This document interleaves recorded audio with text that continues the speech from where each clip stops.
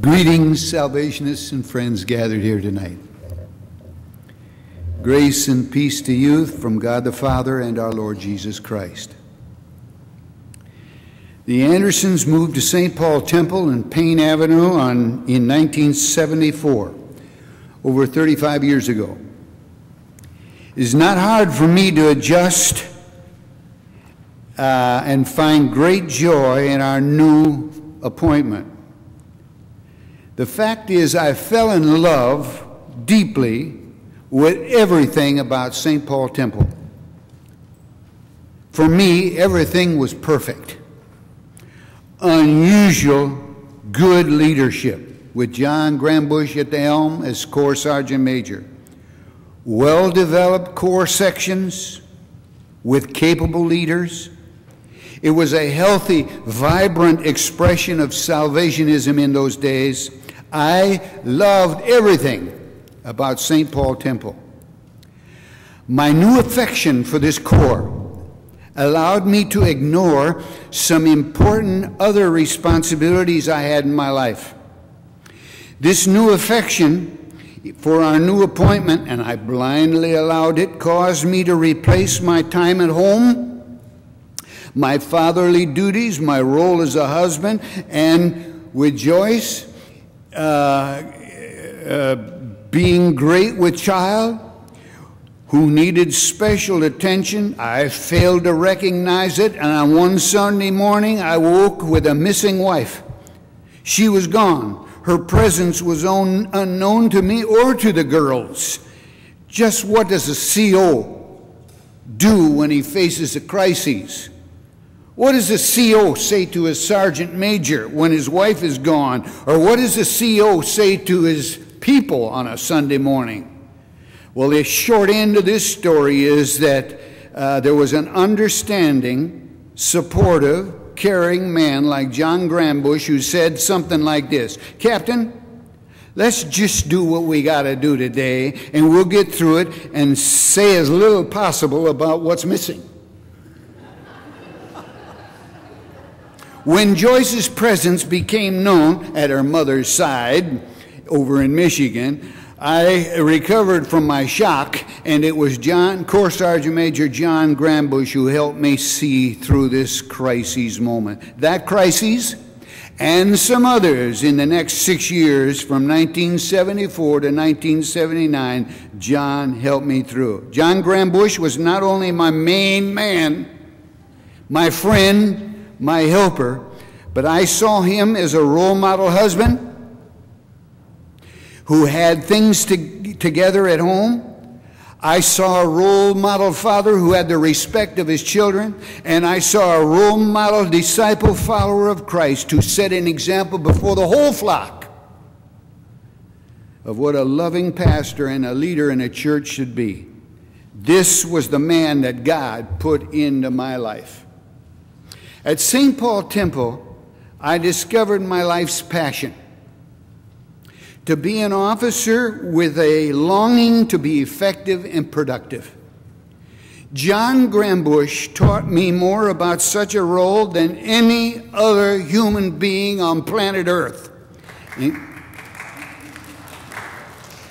Regularly and consistently, John Grambush gently and uncontrollingly would meet with me, and we would strategize. We'd share strategy and those ideas about how to be more productive and effective in ministry.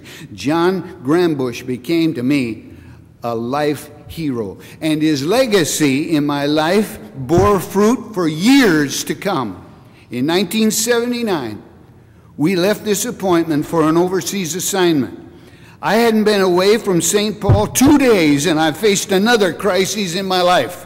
Would you believe? A significant crisis. It was called Hurricane David. I was dispatched to a country called Dominica, and I was there to assess the damage and determine what should be done. 65,000 people in a country of 80,000 people lost their homes, their schools, and their churches, and their means of life support. Who was I to call when I was in trouble? My main man. My life hero, Corps Sergeant Major John Grambush. This guy is not only an effective leader, he's not only a role model husband, he's not only a first-rate father, but this guy is a builder. Unusually skilled with a hammer and saw and ideas how to put a building together. In short order, the story is that John Grambush and his buddy Gil Zinslot and the men of the community of Trafalgar built a school building for 200 kids in less than 2 weeks for less than $5,000 US.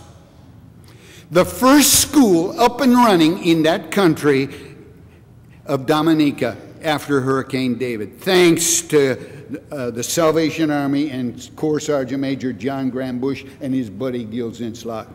By the way, a picture of that building is right on the top of your program here. It has a blue color to it.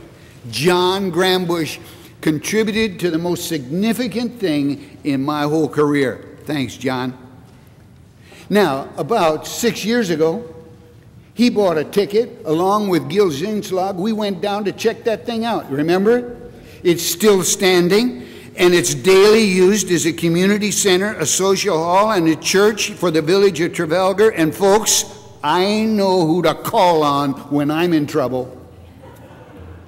Now, I have this book. It's called The God Moment Principle. This book identifies that God is constantly at work in all our lives in various ways.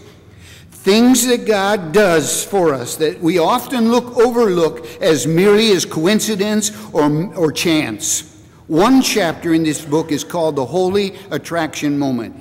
In moments in our lives when we are attracted by something better than us, something bigger than us, something more important than us, something that's holy. Now, here's how it's worked out in my life. It's by the people that God has put around me. John Grambush's name is not in that book. But every time I read the chapter, The Holy Attraction Moment, I keep seeing and hearing John Grambush's name in that chapter. I've learned that God uses people that he puts around us as a holy attraction in our life to make us better than we are. That man is John Grambush. Thank you, John. Now, I talked to John about this some time ago. He knows how I feel about him. John was God's instrument in my life to call and to help me become better, bigger, and more important than I could ever be in my own self. So I stand before this congregation of God's people, and I simply say, Corps Sergeant Major John Grambush is my #1 hero in life. The most significant person in developing and helping me focus in my life calling. I thank you, John. I love you. You're my main man, and keep at it.